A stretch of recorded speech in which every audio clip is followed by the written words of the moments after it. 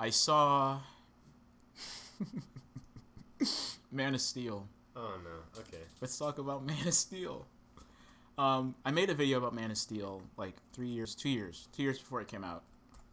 And that was when they first revealed the costume, or segments of the costume. And not a lot of people got the joke in that video. Everyone was just like, yeah, Superman's suit looks really gay. I'm like, no, that's not the point of the video. The video is like, Dan's looking at like the picture they released online. He's looking real close at it, and Jake's just like, what are you doing? He's like, I'm trying to see if they added any red undies. It's hard to tell because of the shadow. And then Jake's like, dude, how long have you been staring at Superman's crotch? And he just walks off. And Dan's just like... And then the video just ends. And then I show, like, the final picture. Like, they actually released, or someone took a snapshot of Henry Cavill in the suit. And there was no red undies. And at the last second of the video, I zoomed in on his crotch. And then the video ended. Huh. So the point of it was not that the suit looks gay. Just that they were not. Just that looking at his crotch all the time says something about you, mister. Oh, okay. Yeah. Mr. Fanboy. Yeah. I made that when I was like 17, so I could have just been talking shit. They weren't showing it at the theater closest to my home anymore. Or the other theater that's closest to my home, the second closest. Yeah, Michael Shannon should not have long hair ever. He should not have long hair ever. And I think it was during that process where less and less theaters were showing it. So I'm just like, okay, I'll go to the theater at the mall. The nice AMC at the mall. It's a really nice theater. It looks really nice. They were even showing Gravity. I'm like, oh my god, I have a chance to actually go see Gravity. Did you? No, I chickened out. I don't know why. I got this. I had a chance to see it in 3D in a nice theater. Yeah. And I chickened out. Huh. I don't know why I chickened out. I'm just like, I was afraid I wasn't going to enjoy it. Well, what's that actress's name? Sandra Bullock. Yeah, she's kind of intimidating, so I can understand where you're coming from. Sandra Bullock, she always plays like she's not really lesbian cop or something. It's not really intimidating. It's just like I'm not really invested in her as an actress. Yeah. No, Gravity didn't seem exciting to me. I don't know. I only saw the trailers and that sort of thing, but you know, like. Yeah, we'll get to Gravity soon enough. Okay. But yeah, I felt bad about going to see Man of Steel because it didn't get that great of word of mouth at all. Not a lot of people liked it. Yeah. It was divisive. It reminded me of kind of like Prometheus, only more anger this time. Oh wow, that's a different summer too because I went to go see Prometheus instead of The Amazing Spider-Man. Really? Yeah, I chickened out. I don't know. I have a problem. I keep chickening. Like, I don't want to get involved in any internet debates about film, so I'm just gonna go see Prometheus. And I went and saw it. I'm just like, God damn it! Now I'm wrapped up in another one, a bigger one actually, because people are still kind of talking about Prometheus here and there. You can't escape it. I can't. It was all right. I more didn't like it than anything. Prometheus was like the prelude to the Alien movies, right? I don't even know. Yes, but just. I don't like movies where the plot's just like, and now we have to run away. Like, oh yeah, some sort of convoluted introduction, and now we're running for 45 minutes. Like, there's just a lot of weird things that weren't even explained that well in the movie. Like they all get on this ship, and they go into hibernation for like 3 years or something. Yeah. And then they're briefed on the mission. Was it like disclosure or something, or they're just like, hey, there's this job that we don't want we don't want anyone to find out about, so we're just gonna. That seems really fucking suspicious. It takes a lot of faith, right? I mean, like, just to be like, all right, I'm going to go to sleep for 3 years. If the job sucks, there's no getting that time back. Yeah, think about the liability here. Like, what? It's like, it feels like a huge trap. Yeah. You don't know why you're going out here. We don't want anyone to know about it, so we're not telling you about it before we put you to sleep. Yeah. Why would... I feel like it's the Prometheus alien or whatever he's called, just on Craigslist, like putting out these ads, like, so you're gonna fly the spaceship out here. I can't tell you everything yet. That's the future of Craigslist. Yes. It's just the xenomorph attract. That's what happens in every single one of these alien movies. Like in Alien, there's like, hey, there's something going on here. Let's go. Oh shit! Aliens, there's something going on here. Oh shit! Pretty much. Yeah. Yeah. No offense to anyone who Ah, He's a fuck 'em. diehard fan of Alien. Ah, fuck them. That franchise is in the fucking dirt now. I can't even think of an Alien pun to connect that with. It's just... Jesus Christ. Okay. This is probably the movie I hated the most this summer. Because that summer... Not this summer. That summer. Yeah. It's not about what I like the most, but what I hated the least. And that's the movie I hated the most. I wish I went and saw Pacific Rim that year. I really wish I did, even though it's kind of generic. But a lot of the world building, a lot of just the general tone, the look of the film, it just feels nice and like calm and soothing almost compared to the.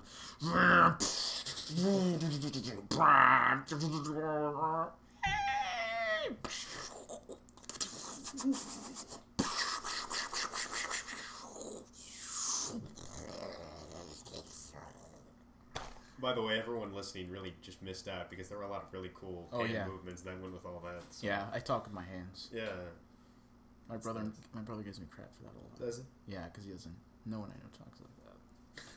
I don't know why I have these mannerisms. Where the fuck do these mannerisms come from? Africa? Why do I act like this? Tell me why.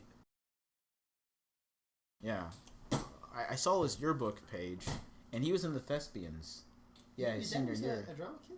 Yeah, I don't remember what he did. I think it was behind the scenes stuff too. Sure. But he was all the way in the back, and you could hardly see him. He's just doing this, and then he actually wrote in the yearbook at the time he got it, me, Arrow, and we were both sort of in the back. And you couldn't really see us. But he went to. Sounds a lot like you. Yeah. It's a little bit different back in the day because you could still be kind of poor or of the working class and still have like 8 children to support them because the price of $1 was different. Yeah. Well, whereas that's much harder to do nowadays because poverty kind of takes it. If you have 8 kids, you are fucked. You are absolutely fucked. No matter what social class you're sitting. I wouldn't say that. I'd say like if you're up there. You can pull it off if you're upper middle class. Upper middle class and up, yeah. Gets easier when you go up. Even but they don't class, have though. That would be tough. Yeah. Kids. Yeah. But richer people don't have that many kids. True. Because they can buy condoms. Yeah, and they know not to fuck so much because they're smart. That's why there's only 2. You can no also offense. Look, No offense. Look at the other way no around. offense. I got 5 in my family. No offense. God damn it! I didn't even mean to do that. I'm so sorry. I shouldn't even say that because I have a lot of. Yeah. I'm insulting myself too. I wouldn't even exist if it wasn't for that. So there you go. We can relate. You can also look at it the other way, where potentially successful people are successful because they have less sex, or they're not good at sex, or like sex. Like they feel like they need to make up for that aspects of their lives by like doing well in school and working hard. Tiny dick syndrome, I think. The scientific term. It's how you use it that matters. That's right. Everything else is sort of true. I mean, you have a reasonably sized genitalia and not get anything with it, and you're just like, what's even the point? Just hack it off. You just attach a little disco ball to it. Disco balls. Replace my balls with disco balls. And she comes with your pants, and they're just like, whoa. I'm doing the Saturday Night Fever dance. You can't see me. I really don't want to talk about this movie. I guess I feel like we've talked about Superman before, but it might have been in the a little bit. Yeah, I gave hints, and by hints I mean like blatant, outright saying I didn't really much care for this movie. Zack Snyder, what a hack. Oh, Superman, what does the S stand for? It stands for slow motion. Which, it shows that Spider-Man's truly good if he's willing to actually save the Kingpin. Unlike Man of Steel. Boo! Oh, shut up. You know I'm right. That movie blew. I tried to start with like my earlier interpretations of this movie, like the costume and everything, and I just drifted off. Like I don't want to talk about this shit. But yeah, we can talk about like those are the early impressions. Just set pictures people take, released photos, but those are later and they're professionally done. Quote unquote. Yeah. I usually hold my opinions now with the superhero suit Because right now, and I should have talked about this sooner, they released pictures of Ben Affleck's Batman, his suit, the new Superman suit, which looks slightly different. And I'm still going to withhold my opinion. Okay. About it. You're not going to say anything. I'll say this. Ben Affleck looks fucking ready. He looks so ready to I be don't think Batman. so. He's so ready. I don't want to see Ben Affleck Look as how Batman. ripped he is, man. Yeah, you see, okay. There's this... I was at I work at a restaurant, right? I was there today. And I overhear these guys, I guess like frat guys, talking about how ripped Ben Affleck is. Oh my god. They're like, oh, Ben Affleck's so ripped, I love it. Oh my god, It's no. Like, what is this? Oh my god. I'm a douchebag. Oh my god. It's okay, it's okay. It's time for me to die. Have you seen the first photo, step though? is admitting Have it. you seen the photo of him? I'm Google with us. I'm looking up Ben. I'll show the photo. I probably have it on my computer. Batman Don't ask suit. me why I have a picture of Rip. Not even the as long Batman as you suit, don't have a GIF. but like not even the Batman suit, but him just like ripped. Just do that. Just ripped like Ben Affleck, muscly. blue shirt or something. Blue or something.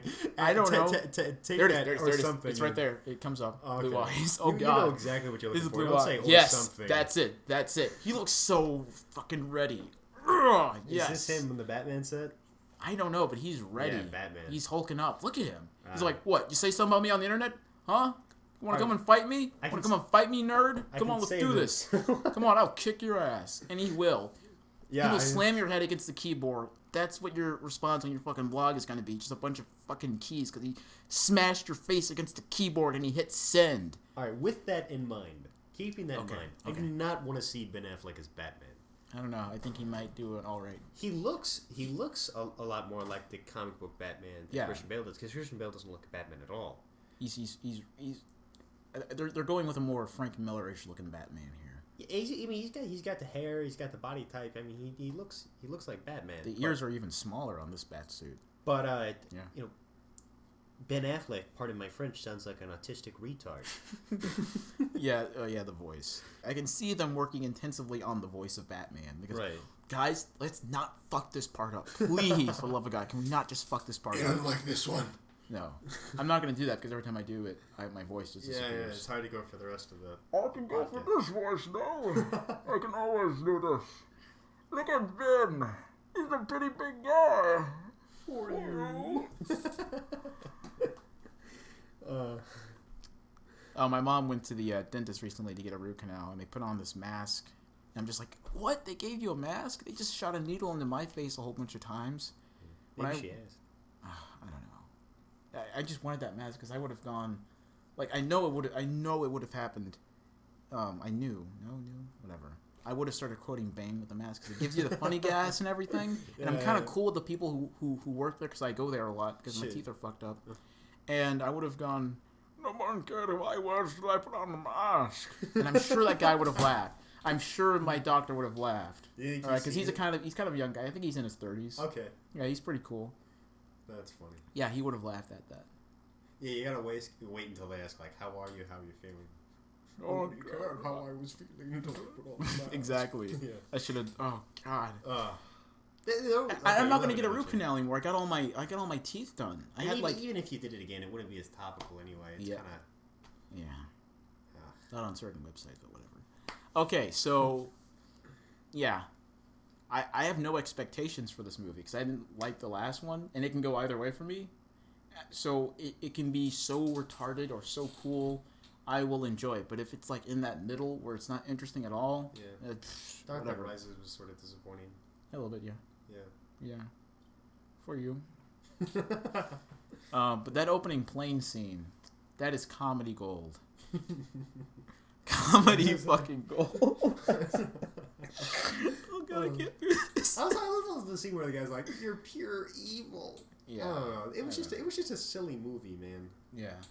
Anne Hathaway, that was a mistake. Just say it, Sam. What? Say it. It was bad. No, say the other thing. What thing? Tell me he was right. Who was right? Connor. Okay, yeah. As All soon right, as- fine. I'm gonna say this on the internet. Connor Branson was wrong about Dark Knight Rises. I wanted to believe it was good. I wanted to believe so hard, and it just wasn't. Yeah, it was a process. It was a process for me. I hate when movies set out to like send some sort of political message. Yeah. The new Captain America movie tried to do that too, and it's just what, it's not worth it. I don't know. I think it did a good job. It worked for what it was because Captain America or yeah, Batman? Captain America, because we're so used to like this darker, edgy hero, and we finally got someone who's for like traditional American freedom and all that, and he's in this new world that was different than the 1940s. Our sensibilities are the culture is totally different, and he's in the middle of this, and he's just like, what the fuck is going on, guys? Yeah. What is all this bullshit? It's true. And that worked for that character. I mean, that's not going to work for someone like right. Batman. They didn't have to force it. That's a good point. I mean, it was pretty smooth, and I will say Captain America went a lot better than Dark Knight Rises. Yeah. But still, it always just comes off so hokey to me, where it's like we have to take down the government, the evils from within, and all that. I don't know. I feel like a bunch of neckbeards are sitting in the audience, just oh yeah. It was fine though. I should probably stray away from political messages. Like, if we get to the Cataclysm Part 2 commentary in this particular day, I'm going to dread going into that because I do it, like, twice in that whole video. Well, and I feel bad about it. It's not like the main... It's part of writing. You sit down to write something and you want to express an opinion, and that's... I understand it. That's fine. Like, I'll cross that bridge when I get to it, but, that's not the main point. The main point isn't the political message in it of itself. It's its relevance to the main point of this episode, but we'll get to that when we do, because it'll make sense when we get there. Yeah. So Man of Steel, god damn this movie. So the suit. I withheld my opinions, and then I did the same thing for the Amazing Spider-Man, because actually that's the first time I ever did it, because they kept changing the costume. They kept changing the way it looked on the set, and when the set pictures came in, we got a different look of it every single time. Then they released professional images of it, and it looked different again. Yeah. And I'm just like, what? I don't know what to think of this costume.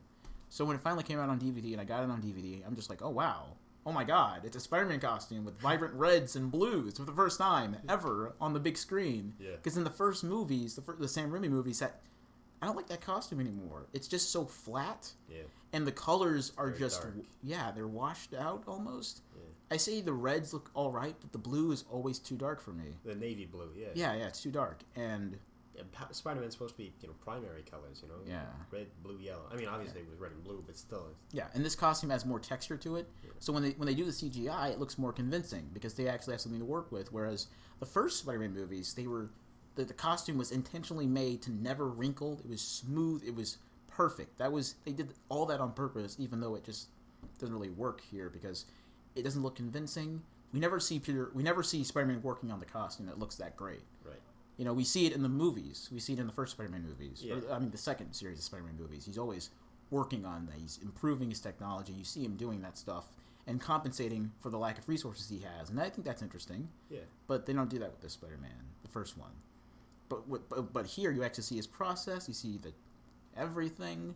You see everything. He gets his eyes from this. He gets his web shooters from that. They show you everything. Yeah. And you go, that's interesting. That is cool, yeah. And it works. It looks great. I don't like the eyes. I don't think I'll ever like the eyes on that Spider-Man version because it's too small and it's too dark. Yeah. Like goggles. Yeah. And I think we should move away from a small back spider. Because the back of his suit always has a little skinny spider.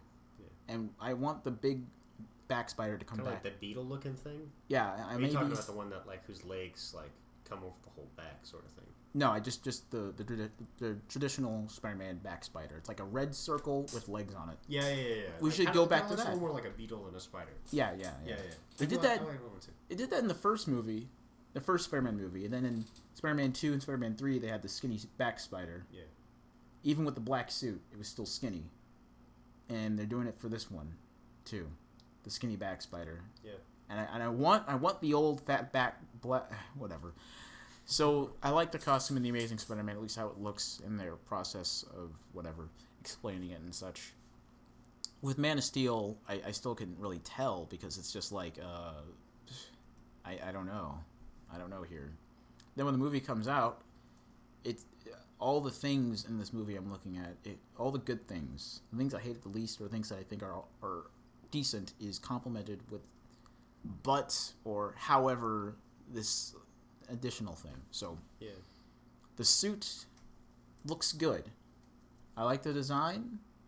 I like the cape. I like the texture. However, the colors are terrible. The colors of the movie, in fact. The whole movie has like this tungsten filter over everything. And if you don't know what I'm talking about, it makes everything look blue. It makes me, actually, it makes me feel cold. Because it's a cool color. Yeah. Right? Blue is cool. Orange and red and yellow, warm. Right. That's why you use colors, to give off to give the viewer a certain feeling when they look at it. Right. And I felt cold. Yeah. And the suit is majority in all of its incarnations blue, right? Yeah. And they don't have a yellow belt. They have like this design thing there. There's this sort of these lines there. It's like a pseudo belt. They don't have any red undies. And the red looks like a dark red, and the yellow looks like a yellowish brown. It doesn't really pop up. It just disappears in the suit, in all the blue. And it's not fun. The whole movie in general is not fun to look at, but it ruins the suit. Yeah. But there are certain shots, not scenes, shots, in the movie where it actually looks like a Superman suit. There are certain shots where the yellow comes out, but there isn't a tungsten filter. I think maybe 2 or 3. Okay. When he's in Zod's ship, Yeah. when they fly up, or when they fly in the Kryptonian ship up to Zod's ship orbiting around Earth with Lois Lane, and they're not really captive, but they're just standing there. The yellow is there. I think it's because they're inside or something. I don't know. And then when Zod's interrogating Superman's mother, and then he flies up and he punches Zod, and they're flying through the cornfield, and he's just punching him over and over again. Don't you touch my mother! And when he pulls his fist back, you see the Superman symbol and the red and the yellow. I'm like, hey, there it is. And then just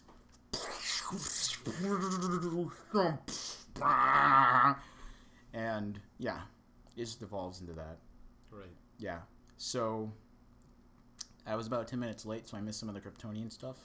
I say that's the best part of the film because it's actually something I would call creative. Yeah, it was actually really cool. Krypton was cool. Yeah, all the computer modules and everything wasn't. I've never seen anything like that before. Yeah. I actually went new, original. Wow, this is cool.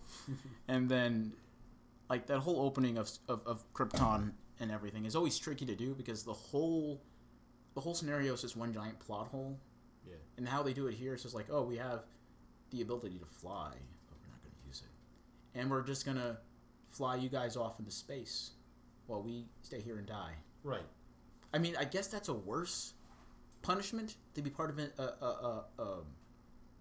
endangered species. Well, why couldn't, very much lonely. You don't want your entire frozen race to die just to punish, 5 guys. That's vindictive as hell. That's oh my what I mean. god. You all will be lonely in the galaxy forever. Yeah. But we had Bye. to I mean, like, they put them in this black hole, right? Yeah. Why couldn't they just put their entire race in a black hole? Those guys survived. I think it'd be really difficult to do, and they didn't listen. And I don't know. It's just like this all happens. This all happens in one day, and I'm wondering how much time. Like, I warned you all. You didn't listen. Now we're all gonna die. We can only save one of us. We can only, and that's why he does the thing with that Kryptonian sort of Homo erectus, not even erectus, like Australopithecus. I don't know what the fuck it's called. Type skull thing, So it's that has all of the Kryptonian DNA on there. Right. And there's a scout ship with all those birthing pods.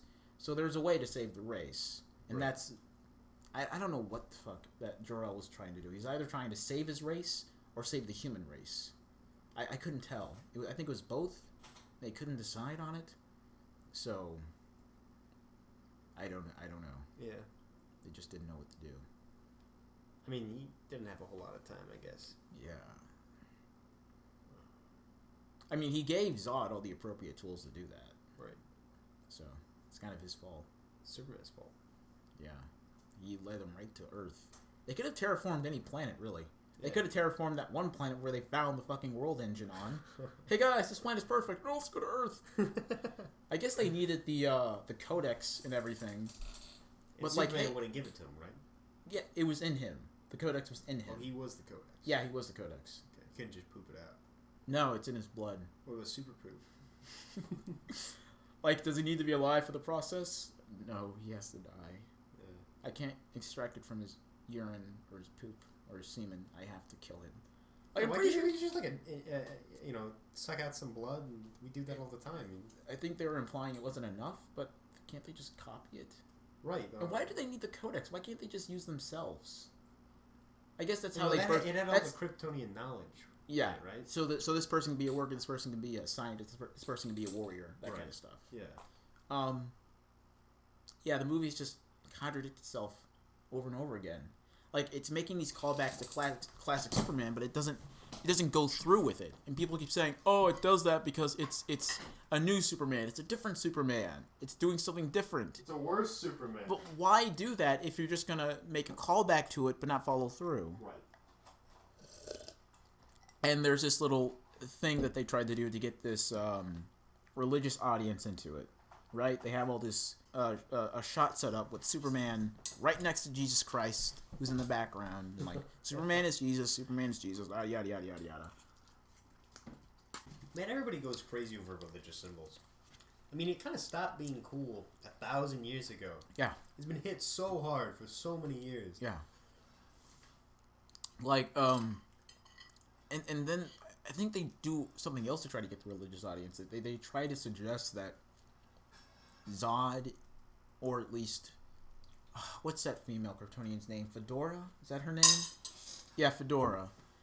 She has this line in the movie while they're fighting. Oh, I'm sorry.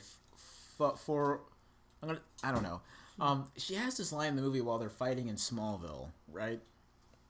And this line is something that something generic, like your compassion is your weakness, evolution is the true answer, and your compassion is a evolutionary weakness or something like that. I'm just like, and she's like, evolution always wins, and I'm just like, what? That goes against your whole philosophy, because if you let evolution win, you wouldn't be for artificial birthing. You just let the natural order of things take place. That's a good But point. your entire philosophy, this entire plan that you and Zod and all the other Kryptonians left, what they were trying to do is keep this Right, pure, fight natural selection. yeah, keep this pure, keep no pure births. That's what Clark was. He was or Superman. He was this pure birth. That's what made him different. Yeah. You know, and he could forge his own path. But why do they? I don't know. Stupid. Yeah, it is. These writers don't think, man. They don't care. It's like that clip of George Lucas, that Red Letter Video, which shows Yeah. finish the first draft. Rush to knock that out. Yeah. Yeah, it wasn't. And it seemed like they were doing everything they can to avoid looking like Superman Returns. And if someone was to tell me, you're going to walk out of this movie theater and you're going to think of Superman Returns in a much better light than you ever have before, I would not have believed them. And now I do. I think Superman Returns is better than Man of Steel. I mean, they're both kind of poor movies, but they're kind of like the opposites. Oh my goodness. They're kind of like the opposites of each other. You know, one is paying homage to that classic Superman, but more or less following through with that. It's like a completely different person. And it's more along with the classic Superman movies because it's in that same universe. It's the same Superman. It's aesthetically like that. It's a little dull, but it's I would sit through that now. I mean, I haven't watched that movie in forever, but yeah, I still think it's better. I've got a theory. Yeah. You're not going to be able, or nobody's going to be able to make a good Superman movie until they make the Death of Superman movie. Because the truly great thing about Superman as a character, I mean, when you look at him from the surface level, he's just kind of like a hunky-dory, country boy, from life Kansas. is good, I'm good, right? I'm a true American. Not like you fucking leftists up there in New York or wherever. What makes him a beautiful character is his sacrifice. And I think the only way to really embody that in a film is to kill him. Yeah. I always thought, and I might just get to this later, but I'm just going to go ahead and say this. They should have done a period piece. They should have done a nice 1940s or 1950s kind of That'd be fun cool. Silver Age DC movie universe. Something just out of the ordinary, that no one else expects, but it's fun, entertaining. It's not that dark. There's some things at stake, but it's still fun. Right. You know? And they play off of that. I'm not saying, like, do what, like, the Brady Bunch movies did. Hey, the guy who was in the Brady Bunch movie played the animated Spider-Man. He played the oldest brother in the Brady Bunch movies in the 90s. Oh, really? Yeah. Every time he talks, I just think Spider-Man. I can't hear I could totally the oldest see that. Brady. Yeah. Huh. Christopher Daniel Barnes. That's his name. Voice of Spider-Man in the animated series. Feel free to Google that with us. He looks completely unrecognizable now. Like, he was there, yeah. Yeah. Whoa. Yeah, I know, right? He's like, Weird. yeah, he played Spider-Man in the recent video game, and, Well, he's got the classic Spidey voice. yeah, he does. Whenever I think of Spider-Man's voice, I think of him. Yeah. He's like Spider-Man's, Kevin Conroy. Yeah, I don't, what were we, okay, man, I really don't like talking about this movie, apparently. This is gonna be fun to edit. Did you actually sit through Man of Steel? I didn't actually ask you, because I think I watched like the first 15 minutes. You still haven't watched the He rest. like, I don't know, man. He smashes that semi truck, and then I'm like, I'm done. Yeah. Ah. That's the thing with David Goyer, who wrote the movie. Yeah. He has a lot of cool ideas. Like, they seem cool at first, and then you think about it, and you're just like, wait, that don't make no sense. Yeah. That's kind of stupid. Yeah. I kid. I should lay off Zack Snyder. I wish him all the luck, and I really hope he can make a good Superman movie. This episode's so boring, I'm talking about Superman. David Goyer, on the other hand, I will not lay off that guy, okay? Who's the bigger asshole here? The guy who did that to the truck. Right. The fuck, man. Yeah. What did he do? He poured water on you, and he pushed you. Ooh. That wasn't even his truck. That's the thing. It was probably a company's truck that he drives. I don't know if he's covered for that though. Like, what's the policy for that? I don't know. Superman didn't bother to find out. It's not like he called and was like, what Did he happens? lose his job? Probably. What yeah, a poor probably. guy! Oh my god, he just He probably has tried like to a wife and kids at Oh home. my god! They all starve and die. Oh my god! Yeah. Sorry, baby, I lost my job. What are we gonna do? We can't pay these bills and Junior's braces and. Oh. See, there's your movie. Yeah, I want to make a movie about that guy. Yeah. Like, make a movie about the CIA guy from Dark Knight Rises and make a movie about the I'm trucker CIA. from Man of Steel. I'd watch that. I'm Trucker. Yeah, and then you have to have like Trucker versus CIA. You see It's what like as a sequel where they interact. I can't even watch Game of Thrones now because every time I see Aidan Gillian's face, I'm just like, you're that guy from The Dark Knight Rises. There's a lot of people from The Dark Knight Rises in Game of Thrones, too. Oh, really? He kind of looks like Norton. Norton? What's his name? Edward Norton? Edward Norton, yeah. Kind of. There's this other actor I feel like looked more like Norton than him. What's his name? He always plays... He's been typecast as... I know his name, though. You don't have to... Feel free to Google with this. Guy who looks like Edward Norton. You don't have to look it up. I can just... Okay, now here. You do your thing. Okay. Just Google Wolf of Wall Street, and I'll find the guy on IMDb. Okay. Wolf of Wall Street. It's a good movie. Kyle Chandler. Yeah, he's been typecast. He looks kind of like Edward Norton to me. Oh, yeah, it does. In the eyes. Yeah, and I could see that. everything, He kind of looks like if you were to mix Edward Norton and Seth MacFarlane. Yeah. Oh my god. Yeah, he's sort of that guy. Like, he's always playing like an agent Yeah. of the law.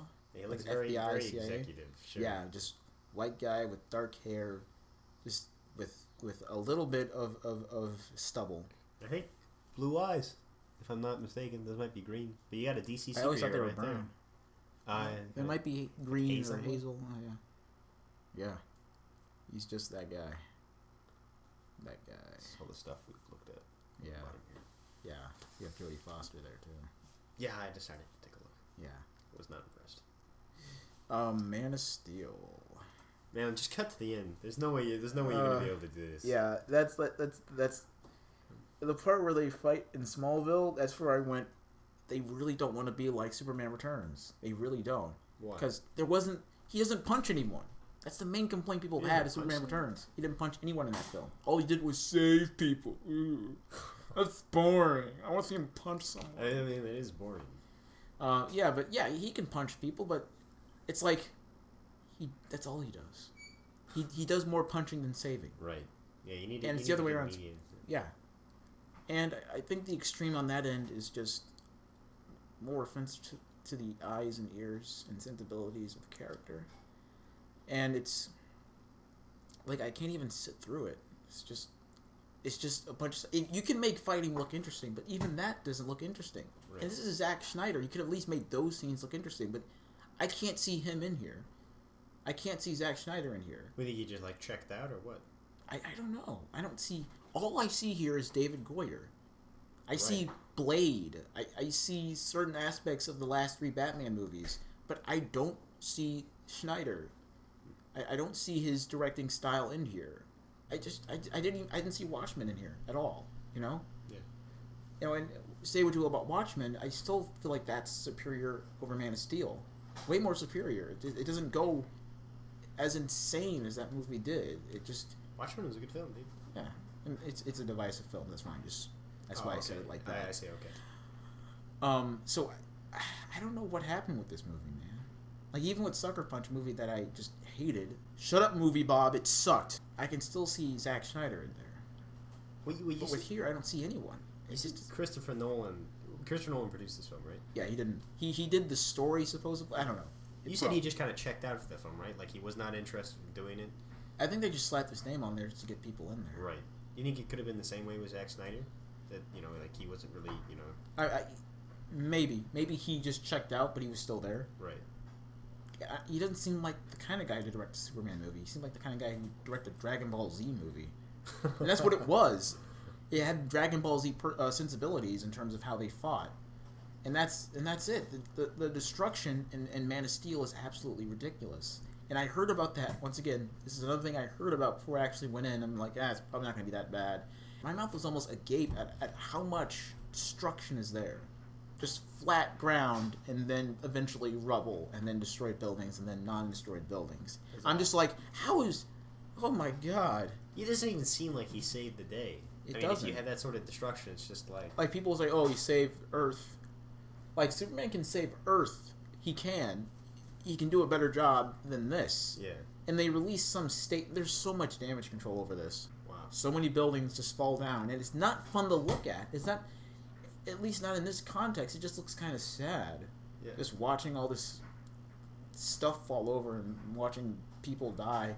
And then Zod comes out of nowhere because he's in that ship that crashed, so he wasn't sucked into the neutral zone or whatever.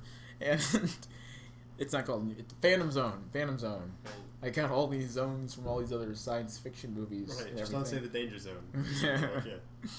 The danger zone, the end zone, the neutral zone, the phantom zone. So they get sucked into the phantom zone, except for Zod, and then they continue to fight. So it's like making this huge wound in someone, and then just going in there with a fork and just doing it again, because they still destroy some stuff while they're fighting. Yeah. And they continue. They go. This section of the city's fucked up. Let's go to another one and fight. Okay. and people will say a whole bunch of stuff about, you know, he couldn't have done this, he couldn't have done that. I'm not talking about the characters. I'm talking about the storytelling process. I'm talking about how they fight. And someone went in and constructed their fight to be like this. This is what I'm talking about. I'm not talking about the characters. I'm talking about Goyer. I'm talking about David Goyer. I'm talking about Zack Snyder. I'm talking about these guys, not Zod and Superman, Snyder and Goyer. Yeah. Right? So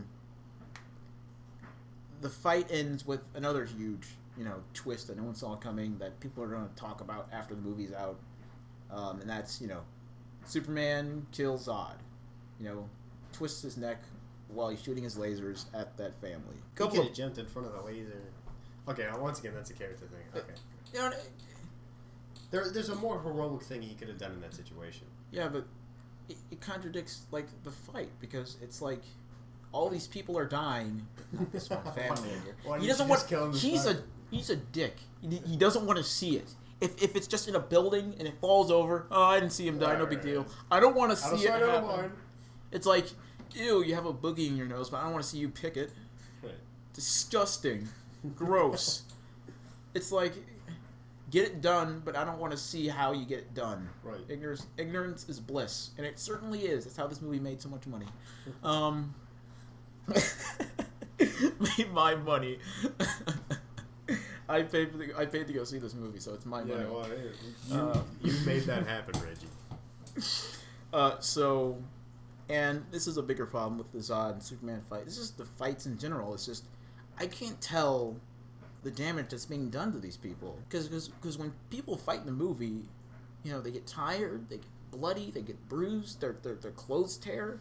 And they've done this with Superman before. In the Justice League cartoon, like, I'm just thinking about it, I just think of Superman getting punched repeatedly, and he starts bleeding, his suit gets torn that same way every single time. It kind of just goes over his shoulder, and the logo's kind of torn. Sure. And that's when you know, like, he's getting his ass beat, or that guy's getting his ass beat. That's how you do it. Yeah. It's That's pretty why you simple. have a suit on Superman to begin with. Yeah, So you and can, like, gauge his damage. they don't explain the suit.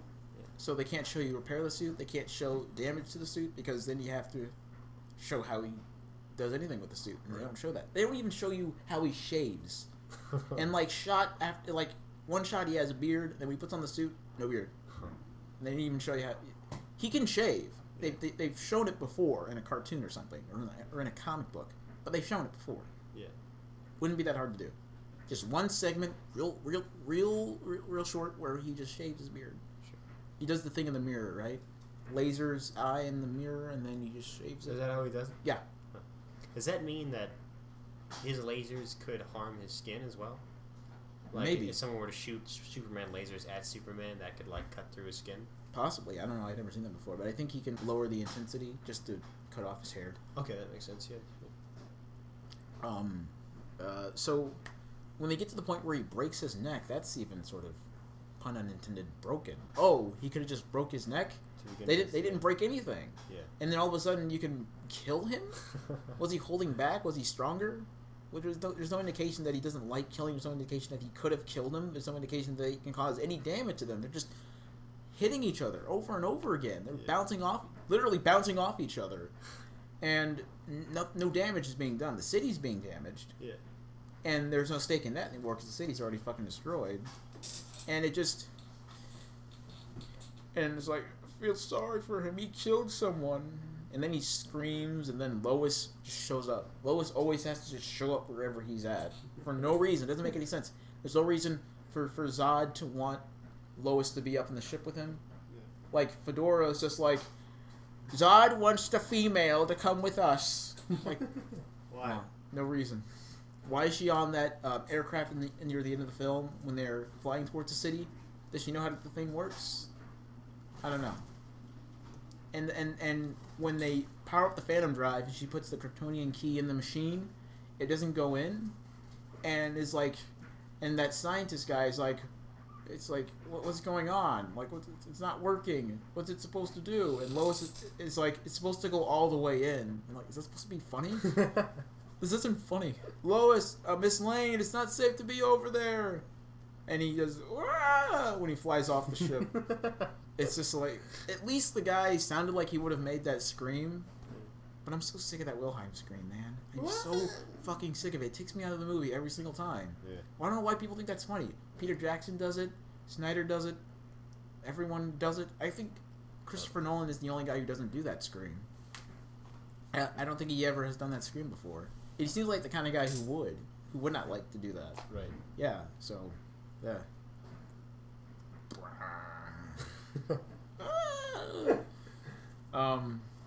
So yeah, the movie was pretty forgettable. It wasn't fun to sit through.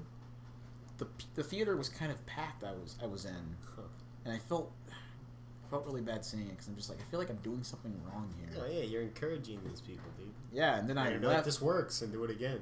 Yeah, and then I left, and I'm just like, why did I do that? Why did I do that? I didn't need to do that. I should have saw Pacific Rim. I should have saw it. No. And yeah. Then the movie ends on, as I like to call a Lens Crafters commercial, with the glasses. And That's it. The city's fixed magically. It's done. It's over. See, they could have added a rebuilding scene, and that would have kind of like the movie's balanced out the whole destruction. No, no, let's not do that. Yeah, sure. Batman, not or do not that. Batman, Superman. Like picking up some of the 10 seconds. Superman touches down, picks up a piece of debris. Bam, and then you see the city whole again, and it's like, oh, okay, he did save the city. But Christopher, Marvel already did that. And they've been really successful. The secret is to the opposite of what your enemy does. Right. Chris, just get out of here. Go make your stupid science fiction movie or whatever. Get out of here, you fucking Brit. Oy vey. So. Yeah. Yeah, that was just terrible. Did he suggest that, Christopher Nolan? I don't know, but he did suggest he did suggest that Zod gets sucked up into the Phantom Zone, and then it ends. It just goes from there, right? It's over. Right. But instead of snapping his neck. Yeah. Yeah. So they're all up in the Phantom Zone. Did I say Phantom Zone? Yeah. I thought I said End Zone. No, you're good. Okay. End Zone would be alright too. End Zone is like Fantastic Four. Oh, is it? Neutral Zone is Star Trek. Phantom Zone is Superman. It's always gonna be Zone. Dude. Zone sounds like it's like that classic sci-fi vernacular. If it were phrases. me, I'd do like Sphere or Escape. Plane. Plane's good too. Scape. Yeah. Did you say Scape? Escape. Yeah. Yeah. I came up with the name with the phrase Farscape, but that already existed. Where's Farscape from? It's a show, I think. Oh, I do recognize it. Yeah. You can still use it. No, I can't. Or you could just use Distance. No Escape. one. That sounds gay as hell. Yeah. Carscape. Yeah. It's only 6 o'clock. Oh, cool. Oh no, like that clock is. There's another problem with this computer. It What cannot the keep track fuck, of man? time. I don't understand. It is. Is it midnight? 8:46. 8:46. Yeah. Okay. So that's not too bad. Yeah. Do you have a flash drive, by the way? Oh shit, no. I could just send it to you. Yeah. You can do the Dropbox thing because this might be. Yeah, this is gonna be a pretty good file. Yeah. I should have used Dropbox a long time ago. Dropbox is good. Yeah. We don't live in the hood, by the way. Those are fireworks. This is the 5th of July, so Right. that's the appropriate day for fireworks. Because some would say the 4th, but no. Let's just keep this going. And the thing is, they start with these fireworks like earlier in the week. Yeah. On like the 1st, even in June, like late June, they started. We love fireworks here. We love explosions. Oh yeah, man. I love fireworks. It's so cool. Yeah. Makes me want to set off real bombs. Yeah. We should have a month for that. Yeah, we should. But of course, we don't want the media to have any sort of correlation with violent actions. More specifically, the media that we enjoy, because that would give us a bad rap. But anything else that we don't like, that makes people evil. Conveniently. It had nothing to do with that particular person being completely fucking insane. Right. It's just the media I don't like. Speaking of which, I started playing the newest Call of Duty game. Yeah. And I just went out afterwards and killed like 6 kids. Oh, man. Yeah. I don't know. I couldn't help it. It was just like, dude, I'm in the zone. Yeah. For me, it's that itch you can't scratch. You just have to do something else. That's right. You'll go insane, yeah. Exactly right. You go insane. Yeah. It's like liberty, freedom of speech, censorship. That goes all out the fucking window when it's ideas you don't like. Right. Yeah. So Which makes sense. Sure. Everyone's a bunch of fucking hypocrites, and I don't know why no one's acknowledging this. I don't know why you guys aren't acknowledging this. Everything, all your alignments are a big fucking lie. You're gonna have to edit this and bleep. The government is lying to you. I'm just not fond of that idea. You're lying to yourselves. The government's not lying to you. You're lying to yourself. That's the worst possible thing you can do. I'm sorry. I went See, there's your next episode. Yeah, perfect. Yeah. No, that might be my own independent thing. Like if I ever do a movie or something. Sure, you gotta make it kind of sci-fi. Yeah. How about everybody's being made into androids? Oh wow, that hasn't been done. The score of Man of Steel. I never talked about this. Here's the thing about Hans Zimmer's score. Generally, I'm really sorry, guys. There's a hipster typing in the background. He won't shut up. Gabriel, stop. All right. Gabriel. He keeps typing up. He keeps writing his stupid novels about guilt and stupid shit. I don't care. The score, among the populace, a lot of people like it. They don't think it's as memorable as John Williams, but they generally like the score overall. The critics, and yes, there are critics for soundtracks and scores as there are critics for the movies themselves. Did not like it. They've been really, really, really hard on that Man of Steel score. Because there isn't a lot of... It kind of has that same sort of sound. A lot of the beats are the same. And Hans Zimmer is pretty good at keeping a beat. I like his beats, you know? Yeah. And this one's pretty distinctive. There's a lot of percussion. Like, a lot of percussion. And it doesn't stop. You know, it's like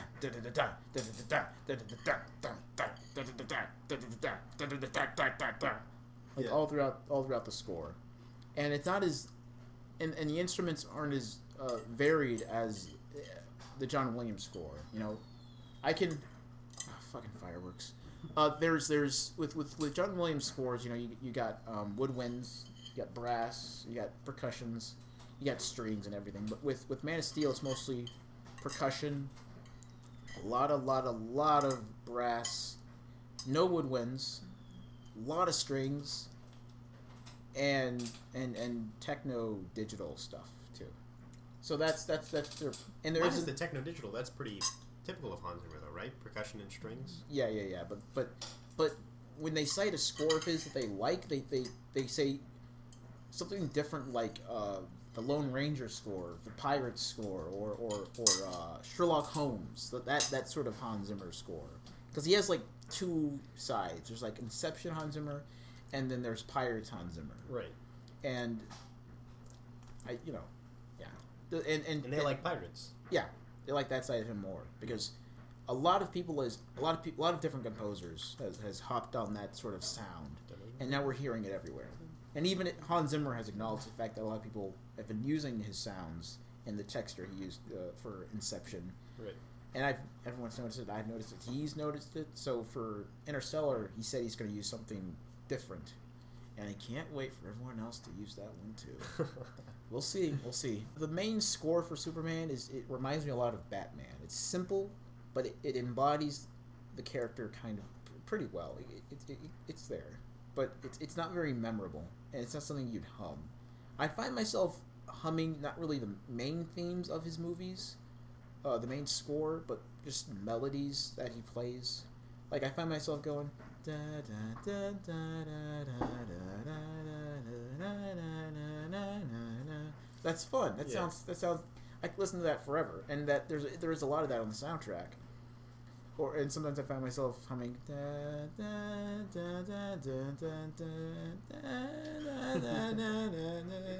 so stuff like that. Yeah.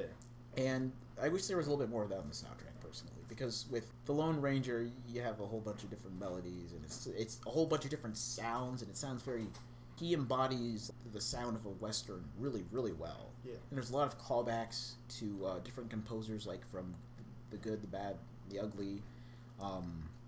To the cartoon, not the cartoon show, the show, The Lone Ranger itself, which the main theme is a remix of a classical composition by someone else. So we're hearing remixes of remixes of remixes, and it all just sort of goes together pretty well for me.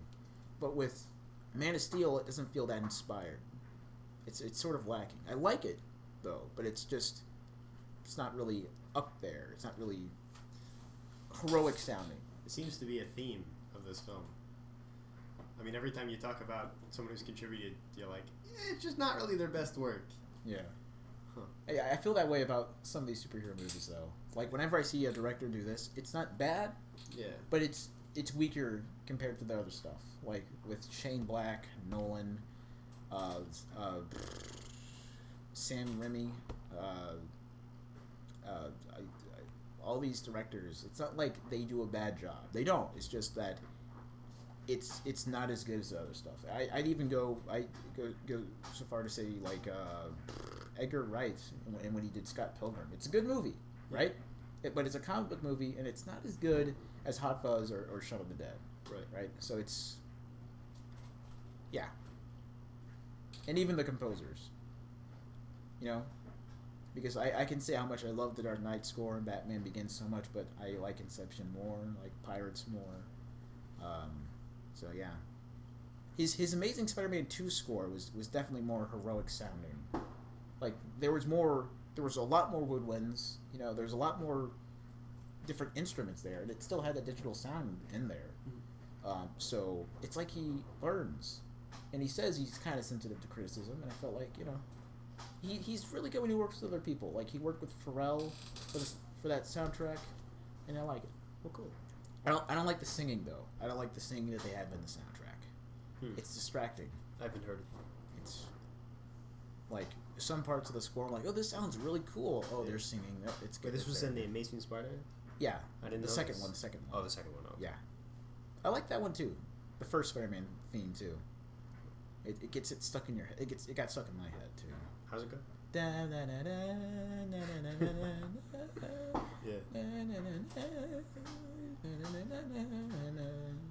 And the second That one sounds like Star Wars.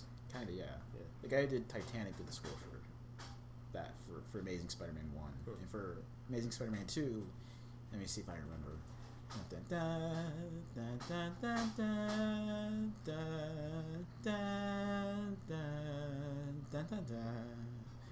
And the opening Yeah, it of the definitely movie, sounds like a flag waving, doesn't it? yeah, it does. And the sound effects in the movie, like, or in the soundtrack, has like this sort of like little subtle wind there, like you're flying through the city, swinging around and everything. That's cool. Which could have been used, which would have been really great in Man of Steel, Sure. right? Yeah, yeah. With, like, he's flying through everything, and but it's not there. Oh, well. Instead, like, the Kryptonian ships make that noise on the soundtrack. I'm like, oh wait, that was music? Oh, okay, whatever, Hans. I don't know whose idea that was. You make him cry. Yeah. On the soundtrack, there's like this part at the end of one of the tracks, like a really long one, where you know, Pharrell's singing, or someone's singing, I don't know who it is, and then they do that little playful thing where they keep in like their conversation after the song is over, like, you want to do that again or something. And I can hear that guy's like, okay, that's good. And I can almost hear Hans Zimmer going, oh yeah, and it just cuts off. Like, was that him? Was that Hans Zimmer? Yeah, it was. It was weird. I don't remember which track it was. That kind of put me off guard. Anyway, that's how I felt about that summer 2013. Wow. It's pretty meh.